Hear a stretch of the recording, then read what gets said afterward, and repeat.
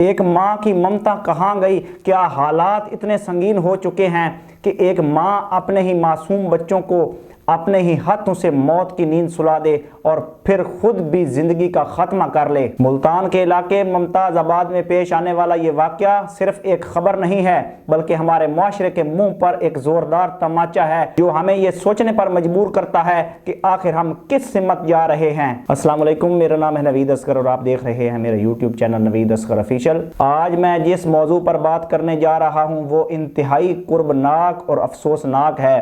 ملتان کی کچی آبادی میں ایک خاتون نے مبینہ طور پر اپنے 3 گمسن بچوں جن میں 2 جڑواں بیٹے اور ایک بیٹی شامل تھی انہیں رسی کے ذریعے پنکھے سے لٹکا کر قتل کیا اور پھر خود بھی خودکشی کر لی۔ اس واقعے نے پورے شہر اور ملک کو ہلا کر رکھ دیا ہے۔ پولیس نے کارروائی کرتے ہوئے مقتولہ کے شوہر اور دیور کو گرفتار کر لیا ہے اور ان کے خلاف مقدمہ بھی درج ہو چکا ہے۔ اس واقعے کی تفصیلات دل دہلا دینے والی ہیں۔ جب ریسکیو کی ٹیمیں وہاں پہنچی تو مقامی لوگ چاروں لاشوں کو نیچے اتار چکے تھے۔ ریسکیو اہلکاروں نے CPR کے ذریعے انہیں بچانے کی آخری کوشش بھی کی لیکن شاید قدرت کو کچھ اور ہی منظور تھا۔ وہ معصوم روحیں اس دنیا سے رخصت ہو چکی تھیں۔ اب سوال یہ پیدا ہوتا ہے کہ آخر وہ کیا وجوہات تھیں جنہوں نے ایک ماں کو اس انتہائی قدم پر مجبور کیا؟ آئے روز ہمیں ایسے واقعات سننے کو ملتے ہیں جہاں غربت، گھریلو ناچاکی یا ذہنی دباؤ کی وجہ سے لوگ اپنی اور اپنے پیاروں کی زندگیوں کا چراغ گل کر دیتے ہیں۔ ملتان کے اس واقعے میں بھی شوہر اور اس کے بھائی کی گرفتاری ظاہر کرتی ہے کہ کہیں نہ کہیں گھریلو تشدد یا ناانصافی کا عنصر موجود ہو سکتا ہے۔ ایک عورت جو اپنے بچوں کی ڈھال ہوتی ہے جب وہ خود ہی ان کی جان پر اتر آئے تو سمجھ لیں کہ اس کا صبر کا پیمانہ لبریز ہو چکا تھا اور اسے کہیں سے کوئی امید کی کرن نظر نہیں آ رہی تھی۔ ہمیں ایک معاشرے کے طور پر خود سے سوال کرنا ہوگا کہ کیا ہم اپنے ارد گرد بسنے والے لوگوں کی تکلیفوں سے باخبر ہیں؟ اکثر ہم اپنے پڑوسیوں، عزیزوں اور دوستوں کے حالات سے بے خبر رہتے ہیں۔ گھریلو تشدد اور ذہنی دباؤ وہ خاموش قاتل ہیں جو انسان کو اندر سے کھوکھلا کر دیتے ہیں۔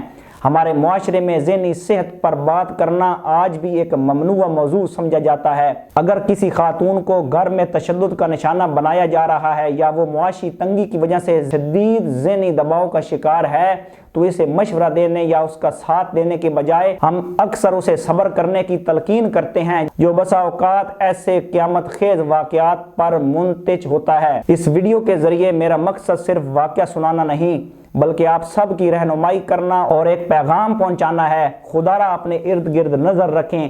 اگر آپ کو محسوس ہو کہ آپ کے خاندان یا محلے میں کوئی خاتون یا کوئی بھی شخص شدید پریشانی میں ہے تو اس سے بات کریں، اس کی بات سنیں اور اسے احساس دلائیں کہ وہ اکیلا نہیں ہے۔ حکومت اور اداروں کو بھی چاہیے کہ وہ ایسے علاقوں میں کونسلنگ سینٹرز اور سپورٹ سسٹم بنائیں جہاں خواتین اپنے مسائل بلا جھجک بیان کر سکیں اور انہیں تحفظ مل سکے۔ ان معصوم بچوں کا کیا قصور تھا؟ وہ جڑواں بھائی، وہ چھوٹی سی بہن جنہوں نے ابھی زندگی کے رنگ بھی نہیں دیکھے تھے، وہ اس سماجی بے حسی اور گھریلو جھگڑوں کی بھیڑ چڑھ گئے۔ یہ واقعات ہم سب کے لیے ایک لمحہ فکریہ ہے۔ قانون اپنا کام کرے گا، شوہر اور دیور سے تفتیش ہوگی اور شاید جو قصوروار ہوگا انہیں سزا بھی مل جائے گی، لیکن کیا وہ 4 زندگیاں واپس آ سکیں گی؟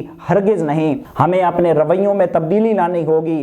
مردوں کو یہ سمجھنا ہوگا کہ عورت گھر کی زینت ہے، اس پر تشدد یا اسے ذہنی طور پر مفلوج کر دینا کسی بہادری کی علامت نہیں بلکہ بزدلی ہے۔ اسی طرح خواتین کو بھی یہ پیغام دینا ضروری ہے کہ حالات چاہے کتنے ہی کٹھن کیوں نہ ہوں، زندگی کا خاتمہ یا بچوں کو نقصان پہنچانا کسی مسئلے کا حل نہیں ہے۔ اللہ کی ذات پر بھروسہ رکھیں اور مشکل وقت میں مدد طلب کرنے سے نہ ہچکچائیں۔ آخر میں بس یہی کہوں گا کہ ایسے واقعات کو صرف خبر کے طور پر نہ دیکھیں بلکہ اسے ایک سبق سمجھیں۔ معاشرے میں بڑھتی ہوئی عدم برداشت اور بے حسی کو ختم کرنے کے لیے ہم سب کو مل کر کام کرنا ہوگا۔ اپنے بچوں کو محفوظ ماحول دیں اور ایک دوسرے کا سہارا بنیں۔ دعا ہے کہ اللہ تعالیٰ ان معصوم بچوں کو جوار رحمت میں جگہ دے اور لواحقین کو صبر جمیل عطا فرمائے۔ امید ہے کہ آج کی یہ ویڈیو ہمیں ایک بہتر انسان اور ایک ذمہ دار شہری بننے میں مدد دے گی۔ اگر آپ کو لگتا ہے کہ یہ پیغام دوسروں تک پہنچنا چاہیے تو اس ویڈیو کو شیئر ضرور کریں۔